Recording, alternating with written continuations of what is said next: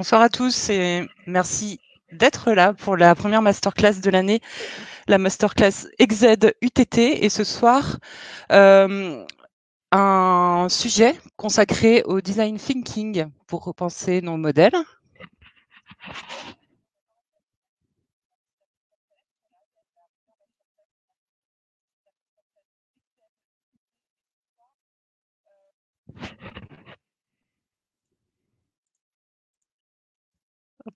Un petit problème, excusez-moi.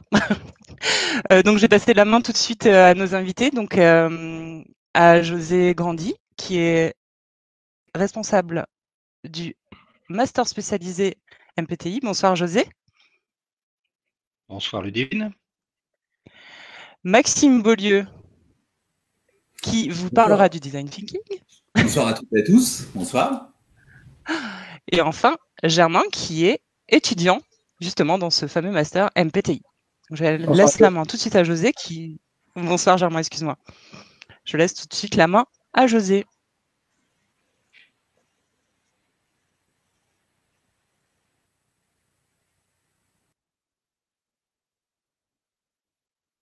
Bien.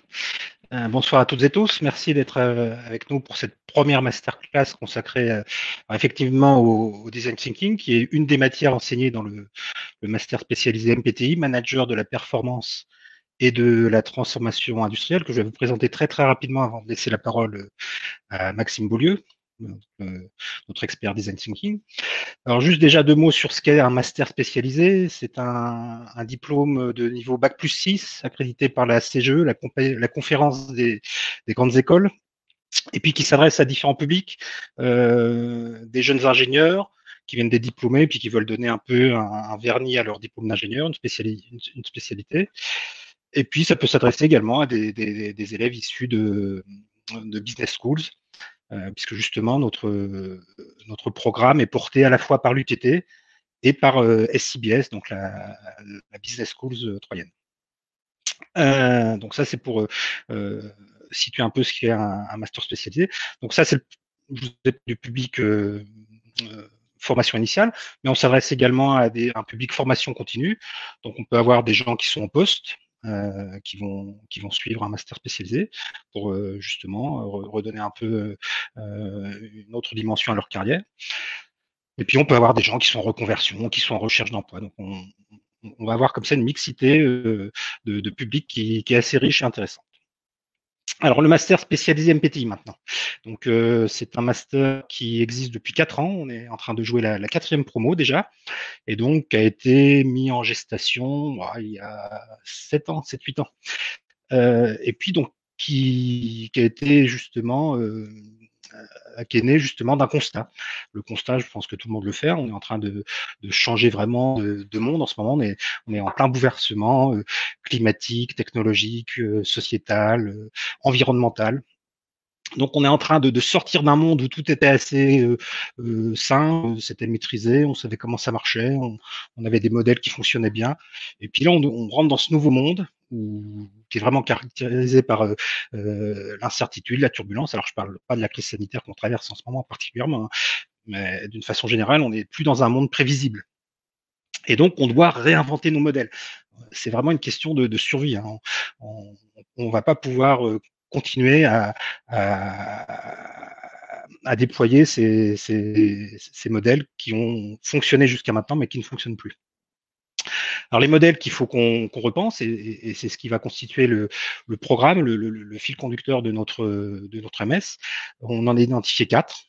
La stratégie d'entreprise, là il faut qu'on repense nos façons de faire du business, il faut qu'on repense nos business models, il faut qu'on arrête de penser, de croire qu'on va être compétitif en faisant beaucoup de volume, en produisant toujours plus, en inondant le marché de produits. Donc là, il y a des nouvelles façons de faire du business, des nouvelles façons d'interagir avec les clients. Donc ça, c'est un des gros modules de notre EMS.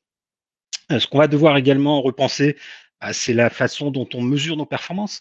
Aujourd'hui, on a mis en place des indicateurs de performance qui correspondaient justement au modèle d'affaires du monde d'avant. Là, il faut qu'on repense, qu'on passe d'indicateurs de productivité à des indicateurs davantage d'agilité. Donc ça, c'est aussi un challenge important à réussir. Et donc ça constituera le deuxième module de notre OMS. Le troisième modèle auquel on va s'intéresser, bah, c'est les modes de management. Alors pareil, jusqu'à maintenant, on manageait nos entreprises avec des modèles plutôt pyramidaux, basés sur la commande et le contrôle, donc des choses assez rigides. Et là, si on va aller vers plus d'intelligence collective, d'agilité, bah, il faut repenser aussi un peu ces mécanismes de management. Et puis le quatrième sujet qu'on va aborder, bah, c'est le pilotage de la chaîne de valeur. Donc là, pareil, où il faut qu'on ait des chaînes de valeur synchronisées en temps réel avec le marché. On n'est plus dans un monde où on peut produire des quantités extravagantes de produits sur prévision en se disant que ce sera vendu. Là, aujourd'hui, il faut vraiment synchroniser, ça c'est le mot-clé du pilotage, synchroniser nos décisions en temps réel. Et les technologies nous le permettent. Alors justement, les technologies, c'est ce qui va constituer le cinquième bloc, le cinquième module de ce MS. Et donc, on va aborder les technologies, pas tant sur d'un point de vue du comment, mais d'un point de vue plutôt du pourquoi. Que vont nous permettre de faire ces nouvelles technologies? Comment je vais pouvoir réinventer mes pratiques grâce à ces nouvelles technologies? Donc ça, c'est l'objet du cinquième module. Donc on va très rapidement le programme. Alors vous voyez bien que pour repenser ces modèles, pour se réinventer, il va falloir qu'on fasse appel à une caractéristique, à une compétence qu'on avait tous quand on était jeune, mais qu'on a un peu perdu au fil du temps, qui s'appelle la créativité. Et donc ça fait partie également des sujets qu'on aborde et qu'on essaye de pousser auprès de nos apprenants. Et donc pour cela, on a fait appel à un des experts en créativité et du design thinking, Maxime Beaulieu, à qui je vais laisser la parole et puis qui va nous raconter un peu ce que c'est que le design thinking, la créativité. Et donc Maxime qui vient de passer justement la journée avec nos élèves aujourd'hui, donc qui est un peu fatigué, une grosse journée de formation, et qui nous fait quand même le plaisir d'être avec nous. À toi, Maxime. Merci José de me donner la parole. Je suis designer. Je suis cofondateur de Ceinture Noire, en fait un centre de formation qui est plutôt orienté vers le co-développement, le storytelling, la conduite du changement. Et puis j'interviens avec plaisir dans ce master spécialisé, celui du manager de la performance et de la transformation industrielle. Depuis maintenant 2 ou 3 ans, je crois. Enfin, en tout cas, toujours avec beaucoup de plaisir.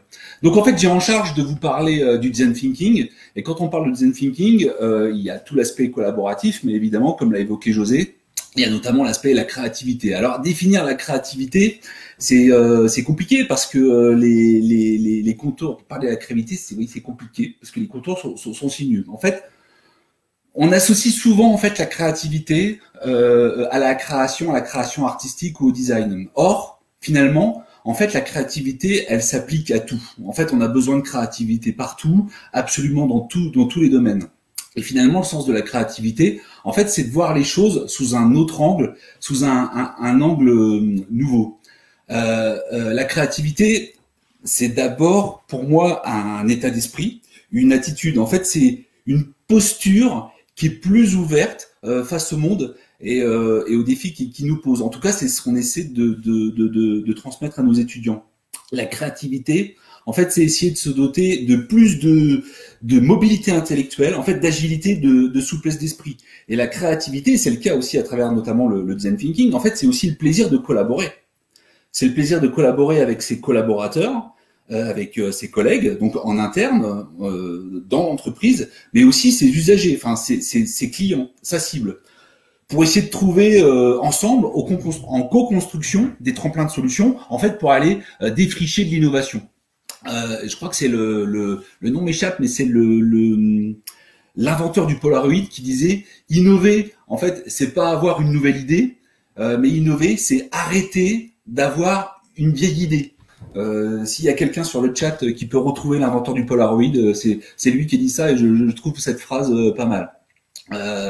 Donc le travail en créativité, en fait, ça consiste tout simplement à prendre le plus de distance possible, en fait, à prendre du recul pour essayer de se détacher des représentations qui sont trop figées. En fait, il s'agit de s'éloigner des raisonnements qui sont plutôt habituels, des raisonnements sur les problèmes, sur le questionnement, sur les enjeux des entreprises. Alors, je vous propose de partager avec vous un document qui arrive dans un instant pour rentrer un petit peu plus dans la problématique un peu plus spécifique du design thinking. J'espère que tout le monde voit mon écran avec cette belle illustration, et puis je vous propose de rentrer dans le cœur du sujet. Le design thinking, en fait, c'est une méthodologie qui a été créée en Californie au début des années 90 dans des écoles d'ingénieurs. En fait, le design thinking, finalement, c'est tout simple. En fait, ça désigne en fait une série d'étapes qui sont analytiques et qui s'inscrivent dans une démarche d'innovation. Je précise que le design thinking que je vais vous présenter aujourd'hui, en fait, c'est ce qu'on appelle le D-School. C'est plutôt un design thinking qui est plutôt classique, et en fait, il en existe plein de variantes. Alors, en fait, là, je vais vous présenter cinq étapes. La première étape du design thinking, quand on aborde le design thinking, c'est, une fois de plus dans cette forme de design thinking, c'est la phase empathize. Donc en fait, la phase empathize, en fait, c'est le moment où en fait on se met le plus possible à la place des utilisateurs. On fait plus que ça d'ailleurs, de se mettre à leur place. En fait, on rencontre les utilisateurs, les destinataires services, les destinataires produits, et en fait, on essaie de comprendre leur scénario d'usage. On essaie de comprendre leur comportement. Donc pour ça, en fait, on les rencontre. Donc on peut passer des entretiens avec un usager, et en fait, ça va nous permettre de comprendre plusieurs choses. Il faut qu'on décèle ses valeurs, il faut qu'on décèle ses besoins, il faut qu'on décèle ses croyances. En fait, c'est le fondement même du design thinking. Il faut vraiment s'adresser à son public cible. Et en fait, il faut encourager les gens en fait à nous raconter leur histoire. Donc c'est un vrai travail d'enquête. Par contre, c'est pas sans difficulté, parce que il y a souvent une différence entre ce que les gens disent et ce qu'ils font. Donc si un entretien, en fait, ça permet de comprendre les valeurs, les croyances, les besoins d'un individu, en fait, l'observation, c'est encore mieux. L'observation, en fait, elle permet de connaître le comportement réel. Donc, c'est toute une phase où il faut se mettre, je parlais tout à l'heure d'enquêter, oui, il faut se transformer en Sherlock Holmes, parce qu'en fait, il faut se mettre en mode observation, il faut prendre des notes sur les expressions faciales des gens, sur leur démarche, sur leur façon d'utiliser le produit, le service, ou d'interagir avec le produit, et puis d'interagir avec autrui, ou d'interagir avec l'environnement. Et puis ensuite, il y a toute l'immersion. En fait, l'immersion, c'est une technique qui s'appuie sur l'empathie, et qui est parfois, on appelle ça aussi l'observation participative. En fait, quand on fait de l'immersion, quand on est réellement avec les gens en situation, eh ben en fait, ça permet de mieux comprendre leur motivation, leur point de vue, et puis le sentiment des usagers. Je vais vous raconter une anecdote personnelle. Il y a quelques années, j'ai eu la chance de travailler avec le centre Chanteloup, un centre d'enfance, d'enfants handicapés. À l'intérieur de ce centre, il y a des enfants qui ont entre 8 et 12 ans. Et en fait, il y a des enfants aveugles, et puis il y a des enfants en mobilité réduite, et il y a beaucoup d'enfants en fauteuil roulant. Et en fait, j'avais la charge, c'était en relation, c'était piloté avec la médiathèque de Troyes, et j'avais en charge de faire un dessin animé avec eux. Donc il y avait écriture de scénarios, storyboard, tout ça et tout, c'était assez passionnant. On devait faire un dessin animé sur leur manière d'appréhender la ville. Donc en fait, avec mon collègue, en fait, on avait un groupe de 10 gamins, on les a amenés dans le centre-ville de Troyes, et puis on a déambulé dans la ville pour voir quelles étaient leurs difficultés. Voilà. Moi, au préalable, si vous voulez, je savais que en me baladant avec des enfants handicapés, je savais qu'on allait rencontrer tel type de difficultés, un certain nombre de difficultés. Moi, je pensais qu'il y avait ça comme difficulté. Et en fait, j'ai découvert qu'il n'y avait pas ça comme difficulté. En fait, en immersion avec eux, j'ai découvert qu'il y avait ça de difficulté. Et je vous assure que pour se mettre en empathie, donc on parle de la phase empathize, pour se mettre en empathie, rien de tel que l'immersion en fait. Je vous assure que pour comprendre la situation d'un handicapé et sa manière de vivre la ville, par exemple, rien de tel que de passer une journée en fauteuil roulant. Moi, au milieu de l'après-midi, j'étais déjà en colère en fait.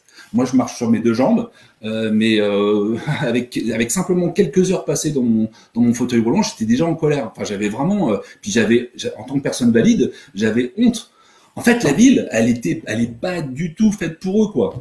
Il y avait 80% des trottoirs, des magasins qui n'étaient pas accessibles, on pouvait pas monter dans le bus, il y avait des rues qu'on pouvait pas arpenter, enfin il y avait plein de difficultés.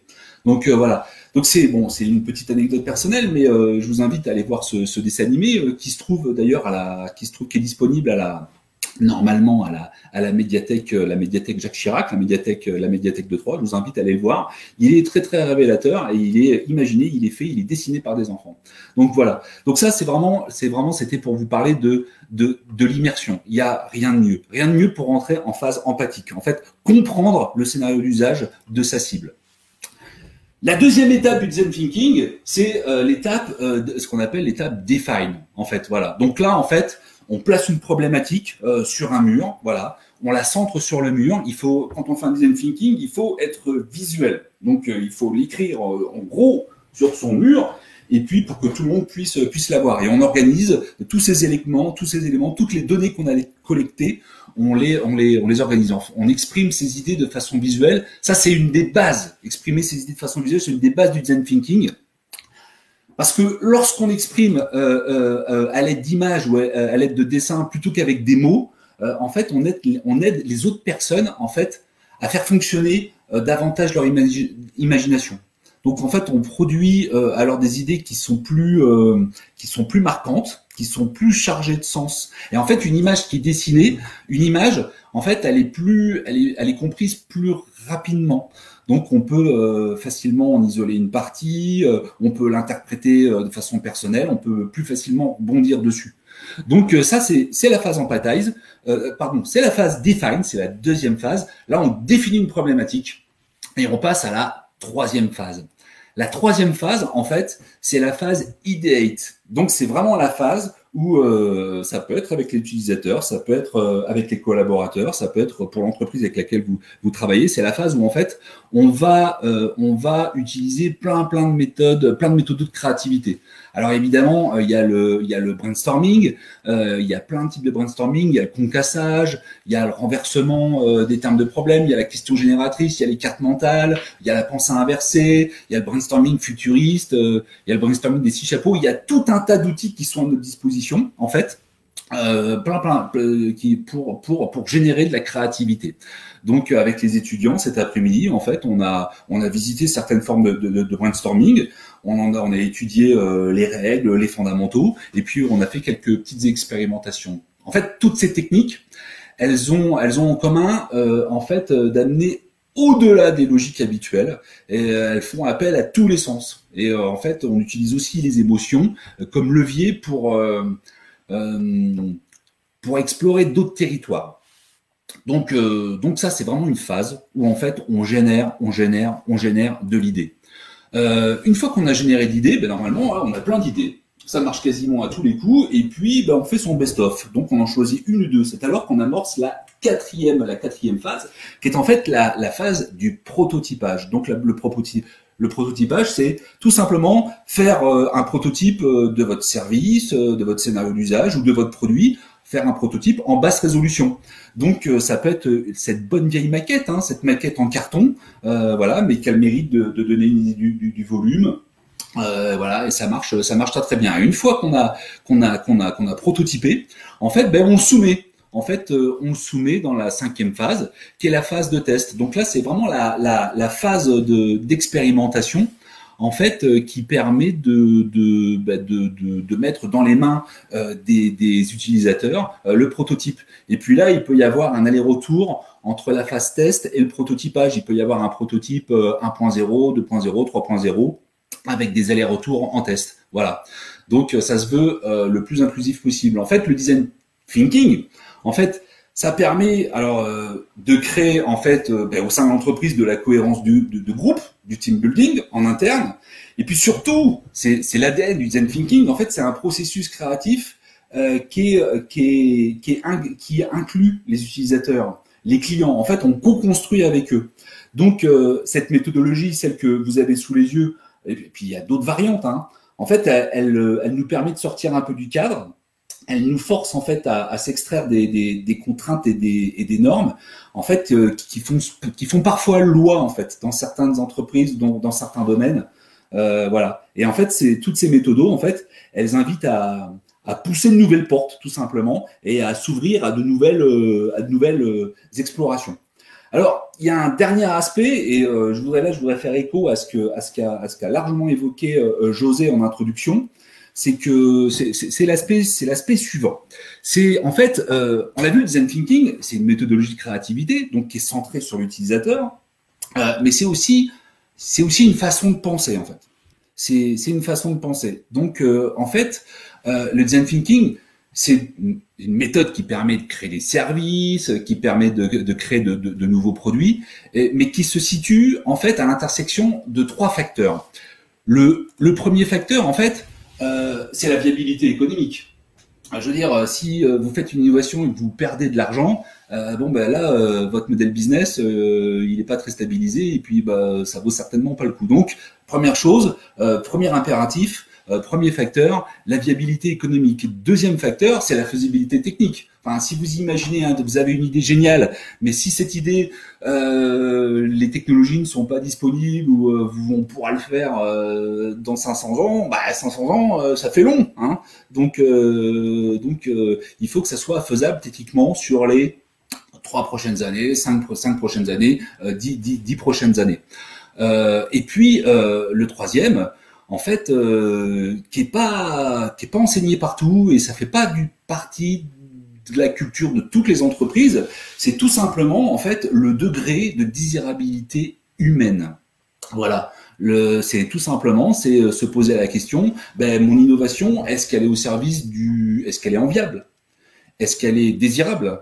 Est-ce qu'elle n'est pas prédatrice pour l'environnement, par exemple? Donc voilà. Et en fait, aujourd'hui, pour moi, un ingénieur du 21e siècle, c'est celui qui arrive à être au cœur. L'innovation du 21e siècle, c'est l'innovation qui arrive à être au cœur, qui arrive à réunir ces 3 facteurs. Autrement dit, si votre offre, en fait, elle est désirable, si elle est économiquement viable, et si elle est techniquement réalisable, en fait, pour moi, là, les conditions sont réellement là pour innover, pour être un innovateur du 21e siècle. Alors, j'ai bien entendu ce qu'a dit José en introduction, et du coup, ça m'ouvre une petite porte et j'aimerais un petit peu pousser sur cet aspect de désirabilité humaine, si vous voulez bien. En fait, aujourd'hui, on est dans un espèce de carrefour. En fait, on est dans une crise multidimensionnelle. C'est une crise sociale, c'est une crise écologique, c'est une crise économique. J'ai presque envie de dire, c'est aussi une crise philosophique. C'est une crise de valeurs. Et la crise du Covid qu'on est en train de traverser ensemble, finalement, c'est sans doute un peu l'avatar d'une crise qui est beaucoup plus profonde. En fait, c'est celle d'un modèle économique, en fait, qui a rompu avec les grands équilibres, en fait, qui a creusé les inégalités et qui n'a pas toujours, au cours de ces 50 dernières années, placé l'humain au premier plan. Et là, on est en train de prendre conscience, peut-être trop tardivement, très tardivement, mais mieux vaut tard que jamais, en fait, de la finitude de nos ressources naturelles. Donc, en fait, pour moi, on est dans une urgence qui est systémique. Et aujourd'hui, on voit clairement 2 postures. Clairement, je le vois chez mes étudiants et je le vois, dans les entreprises que je visite. Première posture, après moi le déluge. Profitons de ce grand bazar avant que tout n'explose. et si on générait un max de dividendes pour un maximum de dividendes pour un minimum de gens. Donc en fait c'est un peu la logique bigger, louder, croissantiste. Le but c'est d'en profiter un maximum, d'en mettre le plus possible dans les armoires, de prendre l'avion tous les jours, d'avoir la plus grosse piscine possible, et puis d'investir dans son fantasme phallique d'un énorme yacht. Voilà, ça c'est une première posture. Voilà. Il y a une deuxième posture qui est plus tournée vers la sobriété, vers des choix de consommation qui sont plus responsables, et puis surtout vers une quête de sens, vers une quête de sens avec une question. En fait, comment je peux m'engager dans ma vie, y compris dans ma vie professionnelle, en fait, pour participer à un projet de société qui soit plus désirable. Et moi, vraiment, je me félicite parce que je vois de plus en plus d'entreprises, je vois de plus en plus de startups, je vois surtout de plus en plus d'étudiants qui se tournent vers des envies de modèles plus sobres. Donc voilà, et réaffirmer la conviction que en fait que notre modèle de société, ça doit pas être juste la juxtaposition d'individus égoïstes et rivaux, mais que ça peut être au contraire la réunion d'énergie, de femmes, d'hommes qui sont animés par un projet. Ben, en fait, celui de léguer un monde qui est plus enviable pour nos gamins, parce que finalement, c'est ça qui est le plus important. Enfin, le plus important là-dedans, c'est les enfants en fait. Voilà. Donc l'enjeu, il est là en fait. En fait, pour répondre à l'urgence climatique et puis à toutes ces crises là que nous traversons, nous vivons, en fait, on a besoin d'intelligence collective. Et on a aussi besoin de donner de l'espoir aux générations futures pour créer un monde dans lequel on a envie de vivre. Et je trouve que c'est là où ce master et la journée que j'ai passée aujourd'hui avec les étudiants, là, je trouve que c'est là que ça fait sens. Parce que là, je pense qu'on est vraiment dans un moment civilisationnel où en fait, on peut plus se permettre de perdre, on peut plus perdre de temps.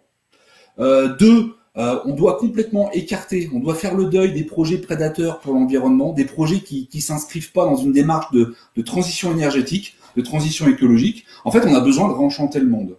Et puis là, on est aussi, on est dans l'obligation de nous réinventer en fait, de nous réinterroger, en fait, de nous reposer la question de notre lien au vivant.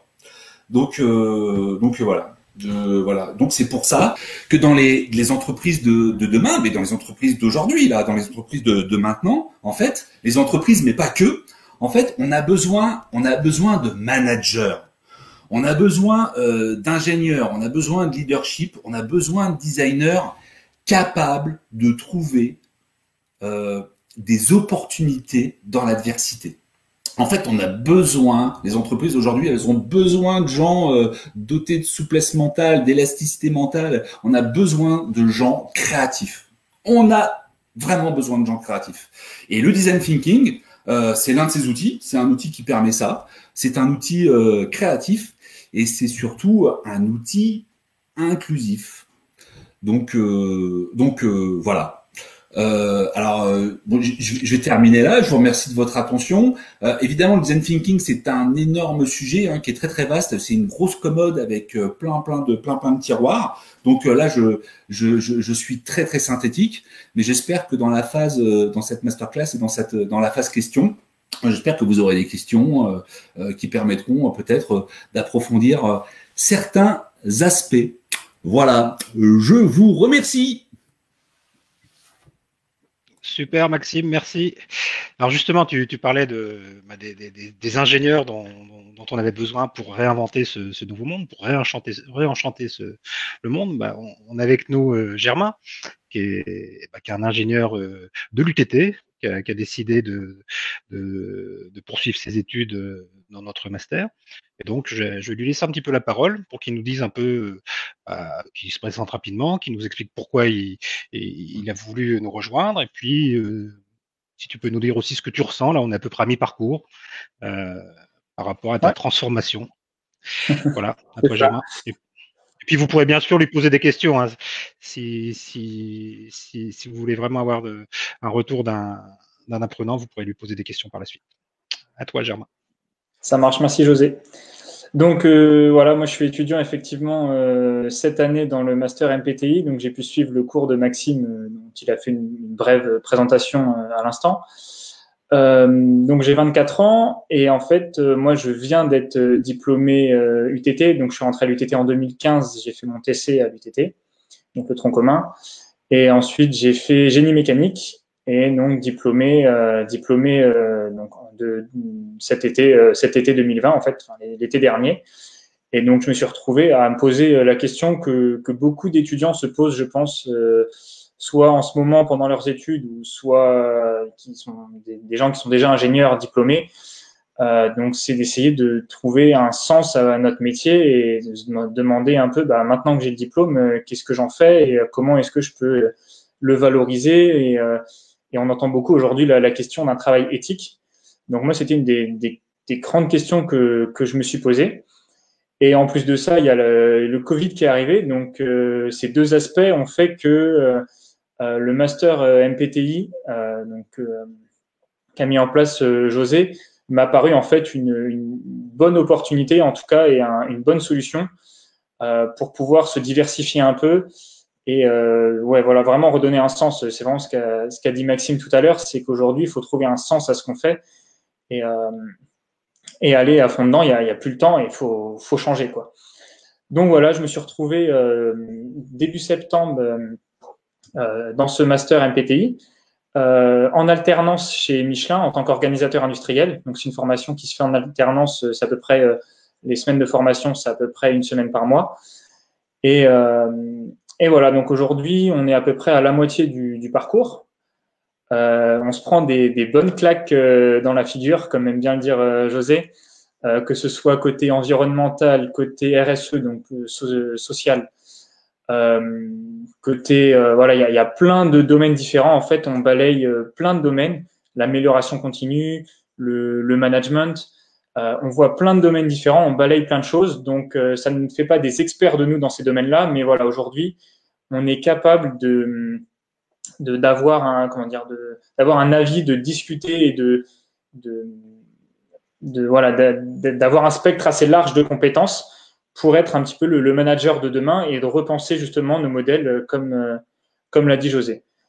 Donc moi, ça m'a permis d'évoluer énormément en étant ingénieur mécanique de base. Là, j'ai plutôt du coup une compétence industrielle, qu'on est quand même tourné amélioration continue, etc. dans ce MPTI, mais avec toutes les autres tous les autres aspects qu'un manager peut avoir, donc économique, managérial, design thinking, comme on l'a vu aujourd'hui avec Maxime. Voilà, tous ces domaines-là. Donc, c'est très, très riche. Et voilà, je ne sais pas si vous avez des questions particulières. Moi, aujourd'hui, je ne regrette pas du tout ce master parce que, donc, on verra à la fin, mais en tout cas, jusqu'à maintenant, effectivement, on se prend on réalise un petit peu la chose et comment dire, le côté environnemental, sociétal, notamment pour ma part, en tout cas, prend beaucoup de sens et c'est vraiment, je pense, une formation qui est au goût du jour, d'autant plus en fait avec la crise Covid qu'on voit actuellement, qu'il faut que voilà, on doit changer. Voilà pour moi. Je ne sais pas s'il y a des questions.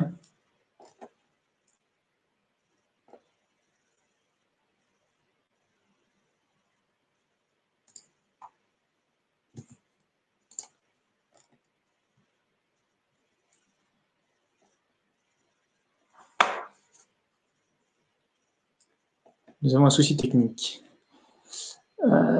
Conseillez-vous ce master à des étudiants déjà issus d'une formation en génie industriel? Donc là, je vois la question de Joanne Fernandez. Oui, tout à fait. On a dans la promo des gens donc pas issus de l'UTT, mais qui ont des formations industrielles ou logistiques.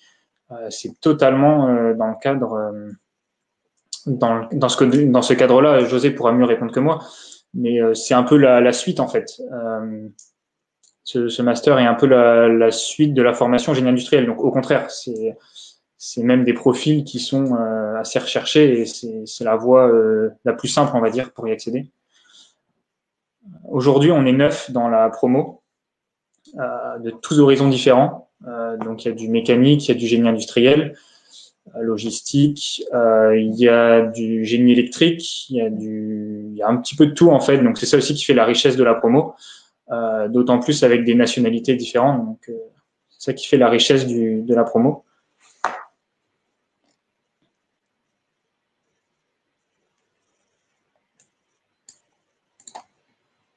C'est une formation qui se fait en apprentissage.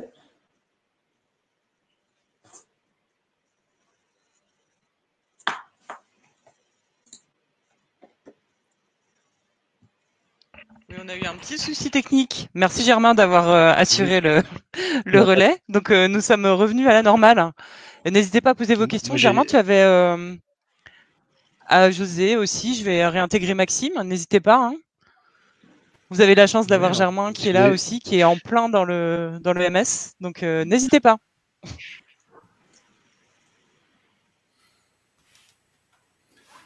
Je crois que dans le chat, il y avait une question qui portait sur la taille, une question de Catherine qui portait sur la taille du groupe idéal. Ah ben voilà.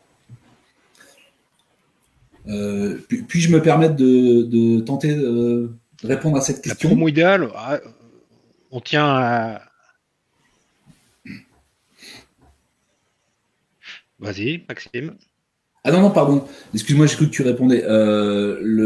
Alors, c'est la taille de la Catherine, c'est la taille de la promo idéale ou la taille votre question portait sur le design thinking, sur la taille. Je pense que c'était sur le design thinking. Certainement. Alors, sur le design thinking, moi j'ai eu la chance de conduire des design thinking avec 5 personnes. Et puis 100 personnes ou au-delà. Alors effectivement, il faut cloisonner, il faut catégoriser, mais d'une manière générale, je pense qu'il faut faire des petits groupes. Un petit groupe. Prenons l'exemple d'un brainstorming. Un brainstorming.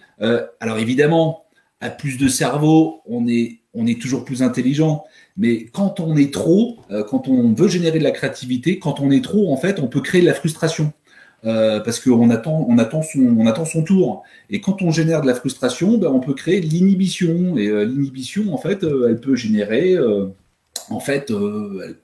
la procrastination, elle peut générer de la paralysie. Donc en fait, quand on fait du brainstorming, par exemple, moi je préconise une échelle de 7 personnes, peut-être 8 personnes maximum. C'est vraiment pour moi c'est une échelle parfaite pour générer de l'intelligence collective et puis surtout faire en sorte que les gens puissent rebondir sur les arguments et les hypothèses créatives des uns et des autres. Hop, on a une petite question, enfin un petit coucou aussi. Peut-être que c'est quelqu'un que vous connaissez, mais du coup José n'apparaît plus à l'écran. Je ne sais pas si tu peux répondre, Maxime. Je confirme que la réalité industrielle actuelle a grand besoin de changement. Il y a du taf. Oui, il y a du taf, mais le truc c'est que moi j'ai espoir. Enfin, on n'a pas le choix. Il faut qu'on entretienne, l'espoir, hein, parce que en fait, moi je trouve qu'il y a du taf, mais il y a une formidable jeunesse. Il y a une belle relève. Et en fait, ce qui était un petit peu marginal il y a encore 8 ou 10 ans, quand on portait le thème de la sobriété, par exemple, énergétique, sur le thème de l'efficacité énergétique, on pouvait passer pour un amiche. Et ben aujourd'hui, c'est un peu moins le cas. Aujourd'hui, cette jeunesse, elle est alerte, elle est lucide, elle est informée, et il y a une grosse part d'entre elles qui a envie d'agir. Et ça se ressent énormément dans le nouvel entrepreneuriat. Attends, on a José qui vient de revenir. En attendant qu'il revienne complètement, il y a une petite question pour Germain. Hop, la voici. Est-ce que venant de GM, c'est pas trop dur de s'intégrer à la formation? Bonsoir Johan. Du coup, non. Enfin, moi, ça me paraît faisable en tout cas. Donc, j'ai fait GM, je me suis retrouvé dans cette formation. J'ai pas de difficulté particulière. Après, si tu es à l'UTT, il y a des UE type GP6, GP27 que tu peux faire qui peuvent déjà donner quelques bases. GP28 de José, si je ne me trompe pas, si tu confirmeras, José. Mais non, dans l'ensemble, c'est pas si compliqué que ça. Alors après, des fois, ça nécessite de regarder quelques termes parce qu'effectivement, les termes employés en génie industriel sont un peu différents de la mécanique. Mais aujourd'hui, je me retrouve même donc en alternance, je suis organisateur industriel, donc c'est un travail de génie industriel. J'ai pas trop de soucis avec ça, on s'y fait relativement bien. Et s'il faut, après, on peut prendre le temps en cours avec les autres. Comme je le disais tout à l'heure, il y a dans les cours, il y a du génie électrique, il y a du génie automaticien, il y a un petit peu de tout. Donc c'est pas forcément un frein à cette formation-là. Une autre petite question. Conseillez-vous ce MS à des étudiants déjà issus d'une formation en génie industriel? Mais du coup, toi, tu étais génie mécanique, Germain, c'est ça? Ça, ouais. Mais ça, c'est ce que je disais tout à l'heure. C'est pareil, José saura mieux répondre que moi. Mais c'est même la suite. Je pense que c'est même la suite logique, en fait, pour moi. Ok. Parce qu'on parle quand même d'amélioration continue, de choses comme ça. Donc, c'est ce qui me paraît plus logique. On va mettre dans le chat la page du site qui détaille l'ensemble de la formation, pour ceux que ça intéresse. Et on réintègre José. José. Voilà. Oui, je suis désolé, j'ai des gros soucis avec mon réseau. Oui, moi aussi j'ai eu un bug tout à l'heure, mais du coup, conseillez-vous ce MS? Alors attends, il y avait la question. Juste de me reconnecter, j'étais pas trop avec vous là. Ça coupe sans arrêt. Sur l'admission après un cursus en génie industriel ou en génie mécanique. Et donc, oui, Germain a répondu sur le génie mécanique. Peut-être tu peux en dire un peu plus sur les conditions d'admission, enfin le niveau, tout ça. Donc, Germain qui vient de génie mécanique. Germain qui vient de génie mécanique n'a aucun souci pour s'intégrer au MS. Et oui. Décidément, c'est un peu compliqué. Oui. Attends, alors du coup, en attendant, il y avait quand même la réponse à ta question, Maxime, tout à l'heure. Donc, on a Raphaël et Marie-Sophie qui ont répondu Edwin Land pour le Polaroid, pour la citation sur le Polaroid tout à l'heure. Oui, c'est ça. Merci beaucoup. Ils ont répondu tout de suite. Merci. Voilà, en attendant José qui revient, voilà. Je suis à nos. Oui, je suis à nos. t'es avec nous.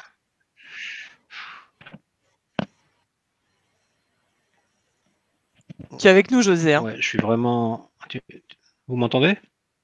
Ouais. Ouais. Ouais, je suis vraiment navré. Hein. D'habitude, j'ai pas de soucis sur mon Wi-Fi, mais là c'est catastrophique ce soir. Oui, je répondais à la question sur génie industriel. Bah oui, génie industriel, c'est la voie royale pour accéder à ce MS. Hein, Bon, on a un problème, je crois. Je pense qu'on fera un petit retour avec José plus tard. Hein. Donc je suis en train de passer en revue. Vous avez vu des choses, Maxime et Germain, des questions dans le chat auxquelles on n'aurait pas répondu? On a une dernière qui vient d'apparaître là sur quels sont les débouchés de cette formation. Ah oui, exact. La voici. Donc c'est pareil, ce serait plus José de répondre ça, ou alors à des anciens étudiants qui ont fait ce master. Mais après, il y a plein de débouchés en manager en manager du changement, ou en conduite de changement. Et puis je dirais que c'est surtout en fait des compétences qui s'associent à ton premier diplôme, surtout d'ingénieur en fait. C'est plutôt un plus à ton diplôme d'ingénieur. Et donc après, les débouchés sont relativement similaires, j'imagine. Il y a José qui est revenu, je pense qu'il pourra rajouter quelque chose peut-être. Oui, José, tu es revenu. Voilà. C'est catastrophique. Hein. Je n'ai pas entendu la question. Désolé. Pour les débouchés de cette formation. Ah non, oh non. Je crois que les dieux de l'Internet ne sont pas avec nous. C'est ça. Pour parler des débouchés, on peut peut-être, encore une fois, aller sur. On vous a mis le lien On parle de débouchés classiques type directeur de la transformation, directeur de la performance industrielle, conduite du changement, on en a beaucoup parlé ce soir avec Maxime aussi, manager excellence opérationnelle, manager de projet transverse, chef de produit industriel. Voilà. En tout cas, n'hésitez pas non plus encore à poser vos questions, même si on n'est plus en live après, on pourra vous répondre en asynchrone, sans problème. On va retenter une dernière fois, José. Hein. Là. Ouais. On t'entend. Ah, je sais pas ce qui se passe. Je suis passé sur la 4G de mon téléphone, alors ça marche mieux. Vous m'entendez? Alors donc oui, quelle était la question? Sur les débouchés de la formation. Ah, les débouchés. Alors, je pense que c'est. On s'est basé sur des études hein, qui ont été menées par des cabinets qui regardent un peu ce qui se passe et quelles sont les attentes des industriels et des entreprises en général. Et il y a vraiment cette fonction de manager de la transformation qui émerge fortement dans nos organisations. Donc ça, c'est le poste vraiment auquel on prépare. Mais ça peut être aussi des postes qui sont un peu plus conventionnels, qui existent déjà, par exemple. Chef de produit industriel, ça c'est typiquement un poste où on a besoin de quelqu'un qui a une vision transverse des choses et puis qui va avoir la faculté de prendre en considération énormément de dimensions et d'avoir cette vision globale et puis ses compétences en créativité. Et puis on a aussi pas mal de nos diplômés qui se retrouvent à des postes en amélioration continue, en transformation de vraiment du pilotage de la chaîne de valeur, donc des postes un peu plus opérationnels. Ok. Du coup, ça a coupé quand même. Modalité d'admission. Tu peux nous parler de ton parcours d'admission peut-être, Germain? Ouais. Sur les modalités. Donc, il y a une inscription un peu classique comme vous connaissez sûrement à l'UTT. Et ensuite, il y a un entretien, en fait, un entretien d'admission qu'on fait avec José. Et donc, en fait, faut se faire accepter en fait dans le master et aussi trouver une entreprise pour faire l'alternance. Donc, il y a un petit peu deux admissions à avoir. L'admission côté José et l'admission côté entreprise. Et, José, un petit mot à rajouter peut-être? Pardon. Oui, en fait, on admet sur dossier, donc on demande au de déposer un dossier. Lettre de motivation, lettre de recommandation. Voilà. Donc on fait une thèse sur dossier et ensuite on pour voir justement si les deux sont là, si l'esprit est là également, parce qu'on essaye de constituer une promo, on s'intéresse à la synergie de la promo. Donc voilà, et puis comme dit Germain, alors c'est pas une condition, mais un des plus, c'est aussi de trouver l'entreprise qui va accueillir l'apprenant, puisque en fait on est sur un rythme alterné. On est une semaine à l'école et 3 semaines en entreprise. Alors on n'est pas obligé d'avoir son entreprise dès la rentrée, mais effectivement, si l'apprenant arrive avec une entreprise qui l'accueille déjà, alors qui peut être justement l'entreprise dans laquelle vous aurez fait votre ST10, si on jargonne un peu, votre projet d'études d'ingénieur, ça peut être une façon aussi de poursuivre avec l'entreprise où vous étiez en stage de fin d'études en vue d'une embauche par la suite. Ok. Est-ce que pendant qu'on profite de ta connexion, José, pour faire un petit mot de la fin? Alors, un petit mot de la fin, oui. Alors, sur le MS, oui, je pense qu'on est bien dans notre temps, qu'on correspond bien à des enjeux, à un contexte où il faut qu'on se réinvente, où il faut qu'on repense nos modèles. Il faut qu'on fasse un peu abstraction de toutes nos croyances. Hein. Le monde d'avant, il sera plus jamais comme avant, donc faut pas se dire que ça va revenir. Là, faut qu'on réinvente un nouveau monde. On peut faire des choses extraordinaires, on peut faire le meilleur ou on peut faire le pire. Voilà, à nous de choisir. Maxime, un petit mot pour finir? Un petit mot très bref. Voilà, moi, Encore une fois, merci à Germain, comment dire, pour son témoignage. Merci Germain. Ouais. Et puis, merci vraiment. Et puis là, je m'adresse à éventuellement tous les étudiants qui se posent des questions ou les étudiants en devenir. Moi, je pense qu'il faut. On est dans un moment là où il faut oser, oser, oser, oser.